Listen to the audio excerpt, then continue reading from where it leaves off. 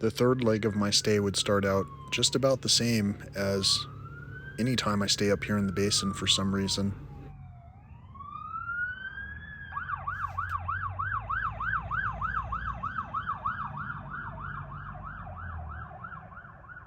After setting up my site, I decided to get my first shower for this trip, and on the way back, this is what I saw.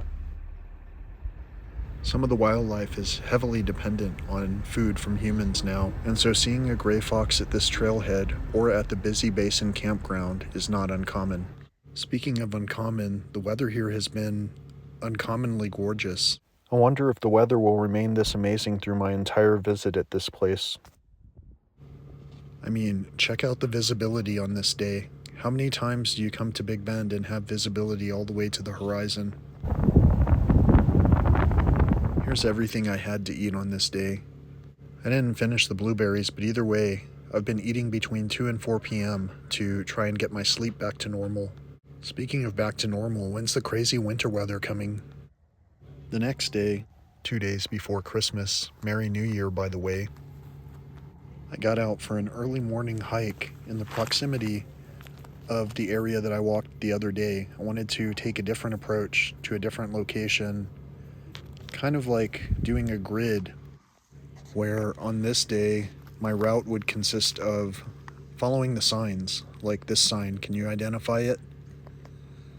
I would be following any signs of life along the way, but for some reason this was common and it took me into other areas rich with life. Do you see it now? See the spider web at sunrise? Thanks for enjoying these journeys with me, by the way. I hope you choose to subscribe. The highway that I'm walking away from is well traveled. It's been well traveled for eons. In fact, check this out. Literally didn't know this was here until just now.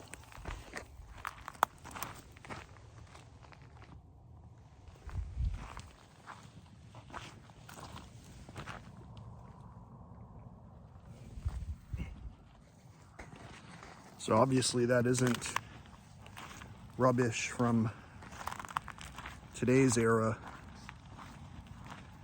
but in the scope of time it is. And sometimes it pays to pay attention to where we've been, and that's what brings me out to these desert environments more and more often, is that I'm seeing where we've been, where we've survived during the most adverse of times. And interestingly, I don't know where I'm going right now. I just have a dot on the horizon that I kind of picked out. And you'll see I'm walking through some interesting features. Check this out.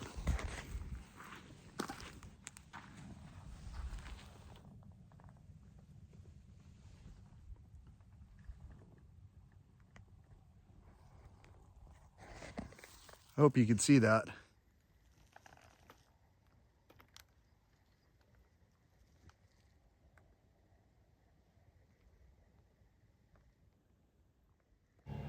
As I proceed to the dot on the horizon, I continue to follow the signs. What I was trying to record here are the spider webs that are showing up in the desert. I believe I'm focused on one right now, and I believe I focused on the other one just a moment ago.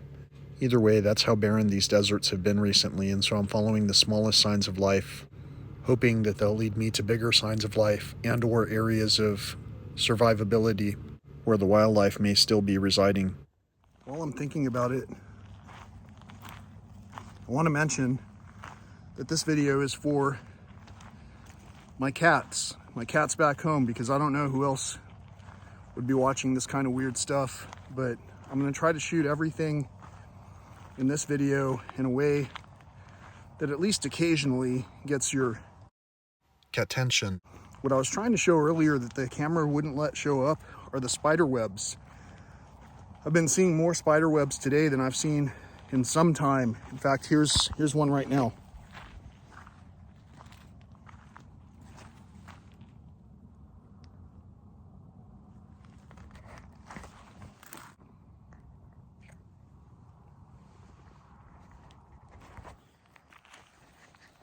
I can't tell you what was caught up in that web, but you saw, here, some more signs of life.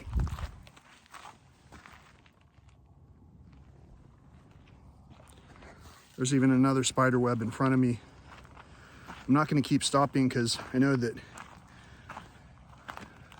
my cats have a short attention span. So anyway, let's see what else we see between here and there. Wow.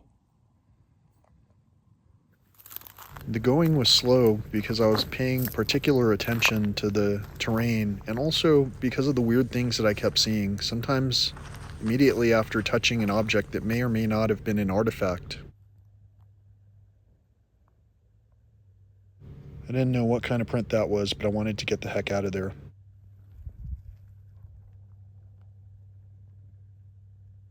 So as these days go by, with many of us not able to change gears to take on inhospitable conditions, I believe that times are just becoming tougher and tougher.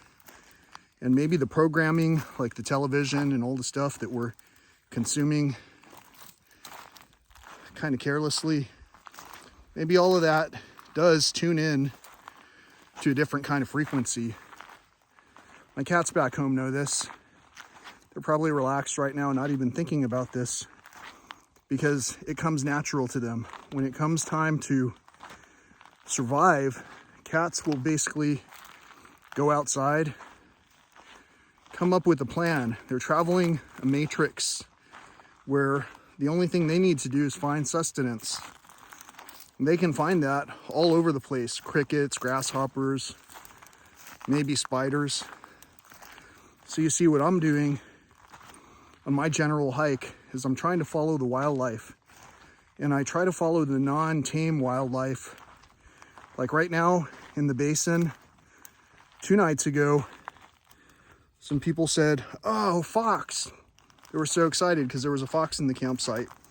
We used to have skunks, javelina, and most important, deer. We used to have all these different animals. And right now, as I've been traveling this wild area further and further off the beaten path, I've been finding that maybe we're being misled by thinking that there is wildlife just because we see some, for an example, at the national park where the hotel has to water their grass regularly due to fire regulations to make sure that they're not posing a hazard. Maybe in our neighborhoods, it's the same thing. We're seeing a lot of wildlife because, you know, homeowners associations, watering grass patterns, putting rubbish out, and so forth.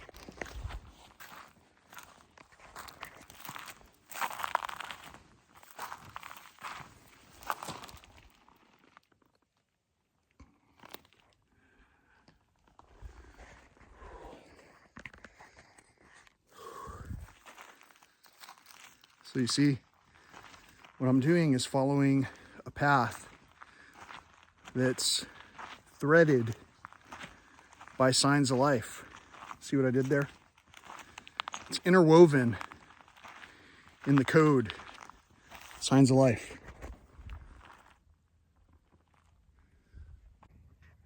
So why am I walking around out here? Well, cats, like I say, trying to follow the signs of life. And as you can look around me, you can see a lot of the cactus is dying or already dead. There are a lot of reasons I'm able to even walk out here where I wasn't in the past. And because so much of the terrain is being uncovered, there's just a lot of really cool stuff to see, especially if you need to calm down. Like for you cats, you get to do the zoomies, run around, create havoc and all that. But for me, I like order and for things to be quiet in order to recharge my soul, I guess. So I'm recharging my soul and trying to stay balanced on my souls at the same time. Quite a distance away, you can see Santa Elena Canyon. Over here are the Chizos Mountains. You can probably recognize Casa Grande. Well, my cats can't, but for some of you viewers. And essentially, people would have lived throughout these mountains right here, or at least on occasion they would have lived there. What I'm doing is finding the routes that they would have had to take, and I believe I'm uncovering older and older routes that may only be revealed during the process of numerous droughts.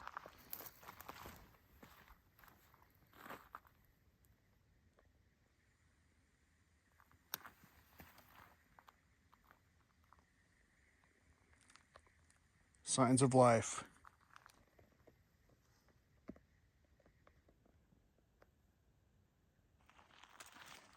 So for my cats back home, I know you'll love this. I'm basically headed into a direction where not only does something look interesting geologically, but also I'm really just going in the direction that I hear the bird up ahead.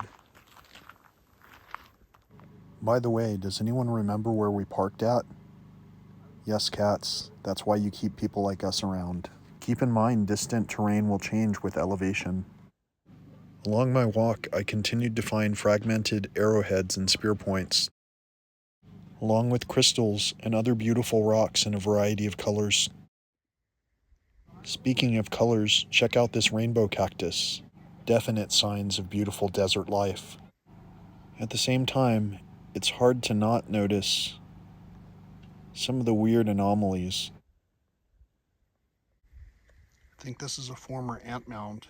This might be one of the more unusual finds ever for me in the middle of this landscape. I don't know if what I just saw is what I saw or not, but we're about to find out.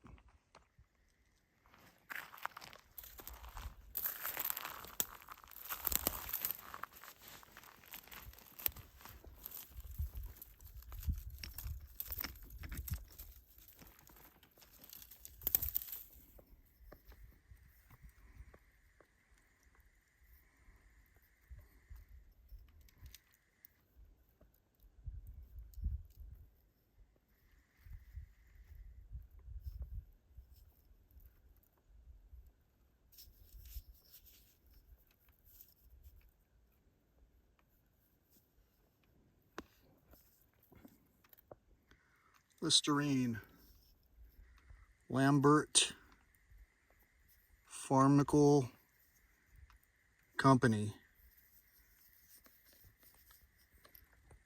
Crazy. Pretty cool, huh?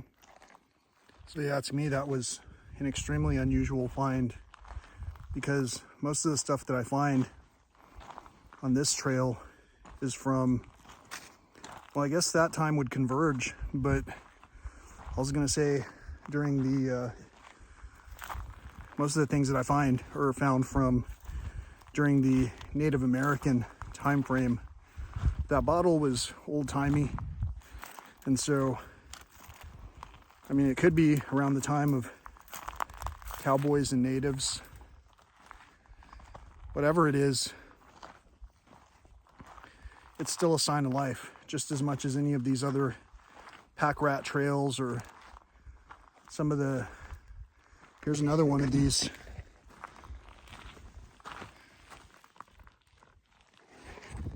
Oh wow, this is a twofer. I'm gonna have to show you.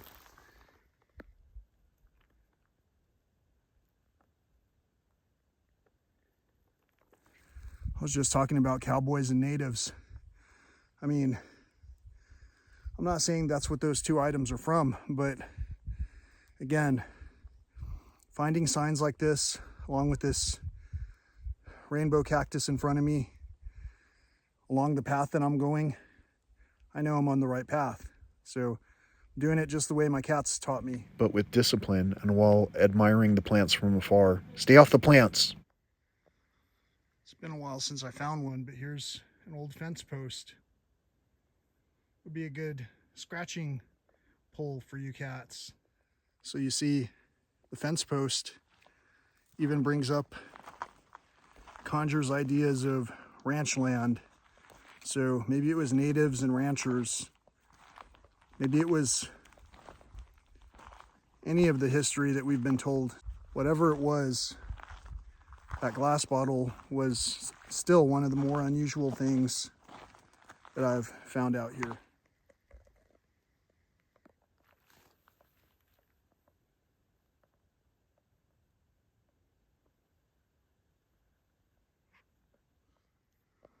There are so many chippings right here. So many different rocks, crystals, fragments, possibly complete points. There's so many things going on here. It's hard to capture it all. You might not even see it, but there are a lot of things that are reflecting back to me. They're pretty much all chippings and pieces. More signs of life.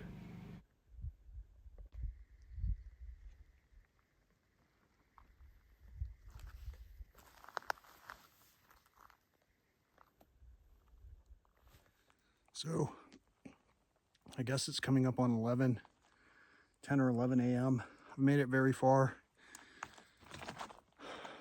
compared to where I thought I would make it to. I found this beautiful shade spot, so I'm gonna have a seat and get rehydrated.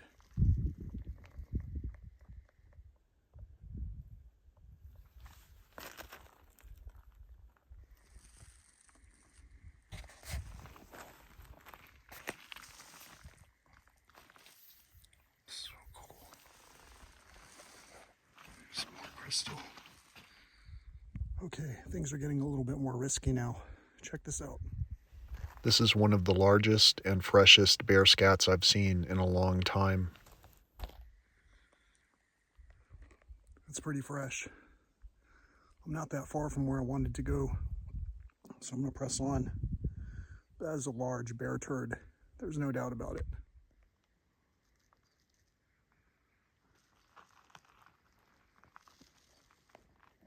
All right, so I've gone 3.13 miles. There's no end in sight. This is the trail in front of me. The wash goes all the way over there. I feel like I could come out on the other side of the highway, coming out close to the window, pour off, cattail. Anyway, I'm gonna go back because I saw something pretty interesting that I wanted to show you anyway. And I've already, based on what I've done so far, I'm gonna go about double what I meant to do today. I've been trying to take things a little easy because I haven't been even eating the same way that I've been eating in the past. I'm eating a lot less calories. Not that I'm tired or even hungry, but those kind of changes are something you don't really want to mix with utter exhaustion. All right, so in one of my last videos some time ago, I posted something about this being the largest geode that I've ever seen. This chunk of crystal might be a little denser. It looks like it runs all the way up to the top of this rock. Not all of it is crystal, of course, but this chunk is pretty big. You got to see it.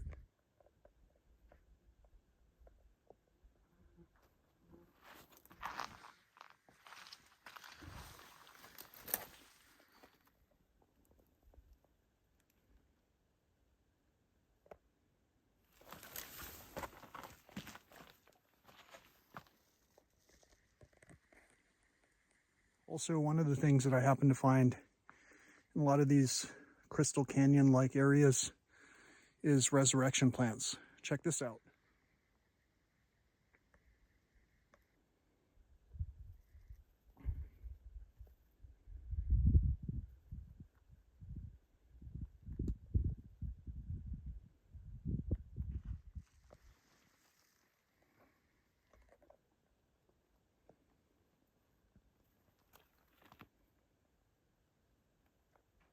So I've been walking for about 2 hours and 50 minutes.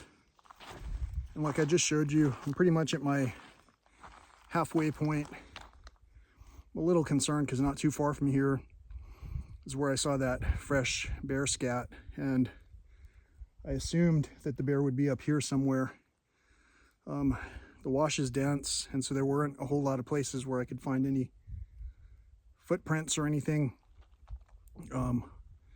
Either way, until I get to the open desert, and in fact, even until I get midway through the open desert, I will be extremely aware that there's a large omnivorous animal here who is probably hungry, because I didn't see a whole lot of signs of life in any other format. In fact, if you look at all the cactus, these cactus behind me usually are fruiting year-round at different elevations. I haven't seen a single cactus fruiting so far.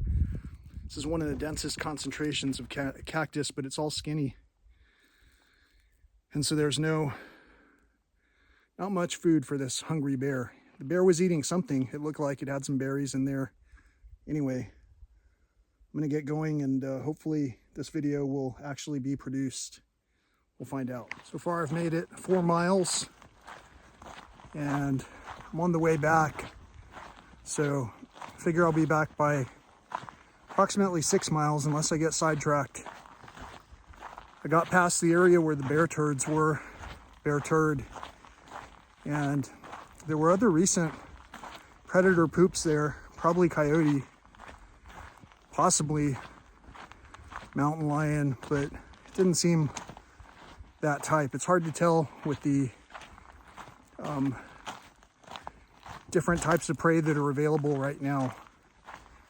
Like, I haven't stirred up a single rabbit or lizard or snake, or there are a lot of things,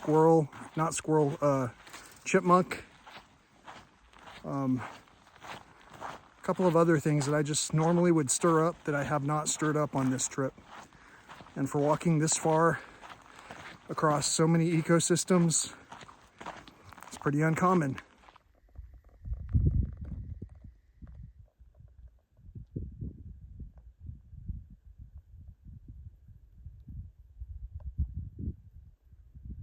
Not even too many ants out here right now. Just passed a row of fence posts on the ridge over here. They're considerable distance further than the fence posts that I crossed by earlier. So I'm more on the, I guess this would be the east side in a wash. Just taking an easy walk in the wash because it's going in the direction of where I parked. Check it out how open it is. Before I was hopscotching overall. Look at this.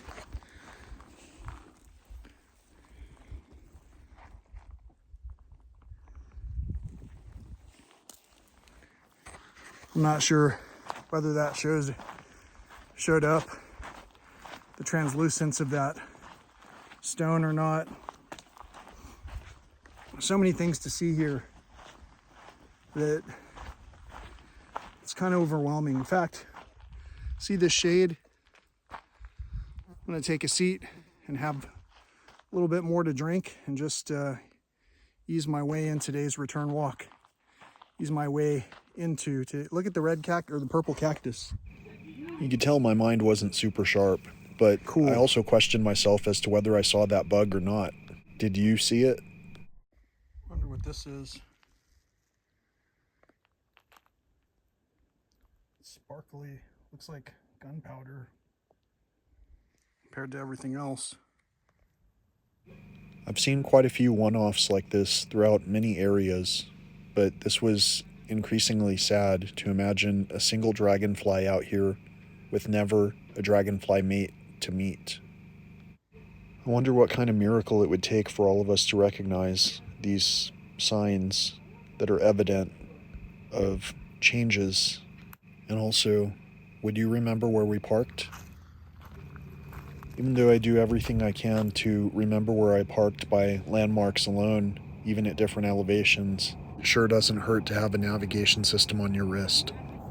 It was nearing 2 p.m., but I still wasn't hungry, and I was wondering when that bad weather was going to start showing up. The following morning, Christmas Eve, we finally began to receive a hint of cloud cover.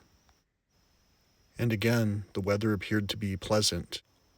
I was aiming for something with a little bit less distance today, but also I needed to replenish my water reserves. So I decided to slowly make my way down Basin Road, glassing for signs of life at the prime pull-offs. So it's about 8 in the morning, Christmas Eve. I've been watching the entire mountainside, basically all the way through sunrise.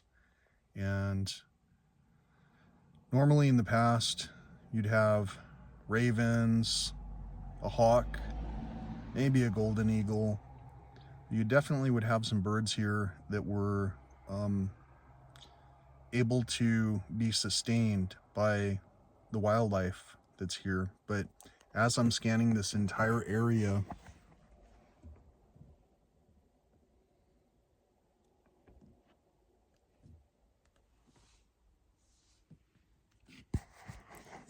it's been kind of chilling to not see some of the things that we normally would see every morning, like, you know, deer. And back in the past, there used to even be javelina here. But as you can see, the terrain is turned very dry. There's a bit of desertification going on. And I have some footage from 1995 that I'm going to be sharing just for comparison, so that you could see what the ecosystem looked like in decades past versus just over the past 4 or 5 years, how drastically it's changed.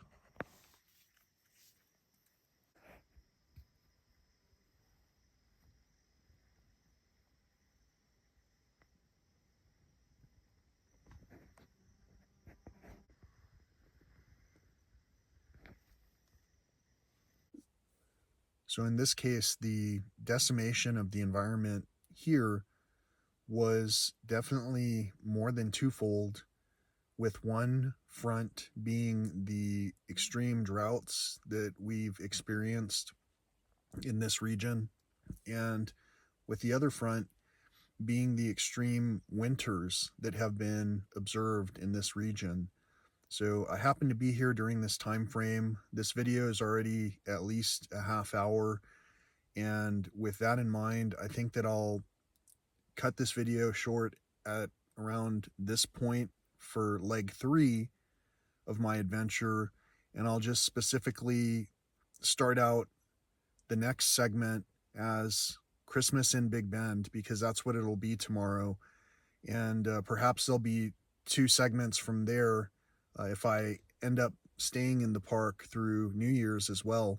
Either way, the insect population is very important to all of the ecosystem, and the insect population is very important to all of the animals that live here. And without that underlying basic staple, all of a sudden everything's going to need to move further and further into directions where it can find those things. So like I was doing yesterday, going through the desert and looking for spider webs and so forth, the bears are probably doing similar things in terms of looking for specific insects or scents or what have you, and they're following a path of life. And so on this channel, we do talk about following a path of life versus following a path that is founded on something that's built to kill, steal, and destroy.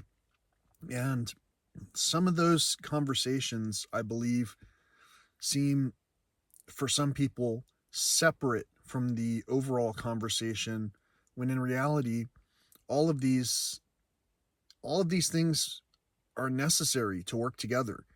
And as far as how long all of this is going to work together, that part is something that we shouldn't be afraid of.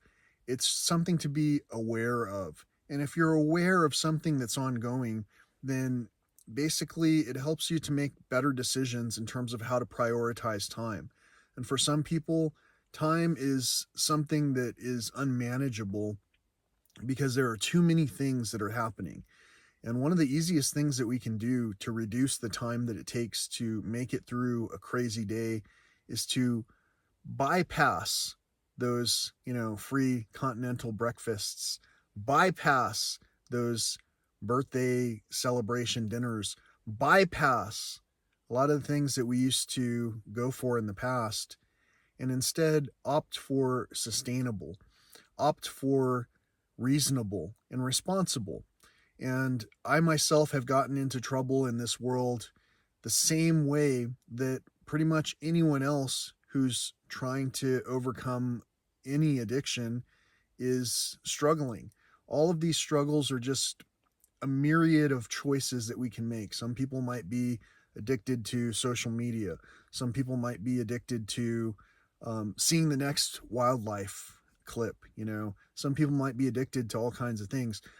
The difference between addiction and a hobby, or not even, I wouldn't even call it a hobby, a joy, is that your joy, you're able to share it with other people without shame. And some of the things that our fathers taught us to be ashamed of, like sharing emotion and even recognizing that there's anything emotional going on to begin with, because it's very devastating if you think about it, that the planet might in fact be dying. It's very devastating to think about the life that's involved with us, that's struggling so horrendously, while we can practically reach into any convenience store and get anything, and of course we can refill our water bottles and all that. But if we're really not passing on these foundational truths to one another, then what are we passing on? And so as we're passing on, maybe we can continue to say good morning, understanding its duality, and understand we're in a possibly process of mourning right now. And our biggest deficiency, aside from everything else, is just being able to acknowledge the situation. Anyone who's ever gone to AA can understand some of the points that I'm talking about. Anyone who has any kind of humility can understand what I'm talking about. But there are a lot of people that won't understand what I'm talking about. Whether you understand or not, I hope you tune in to the next episode, which will provide a little bit more insight, maybe from a different perspective. Until next time, peace, love, and all that old school stuff. Enjoy the bonus cat footage.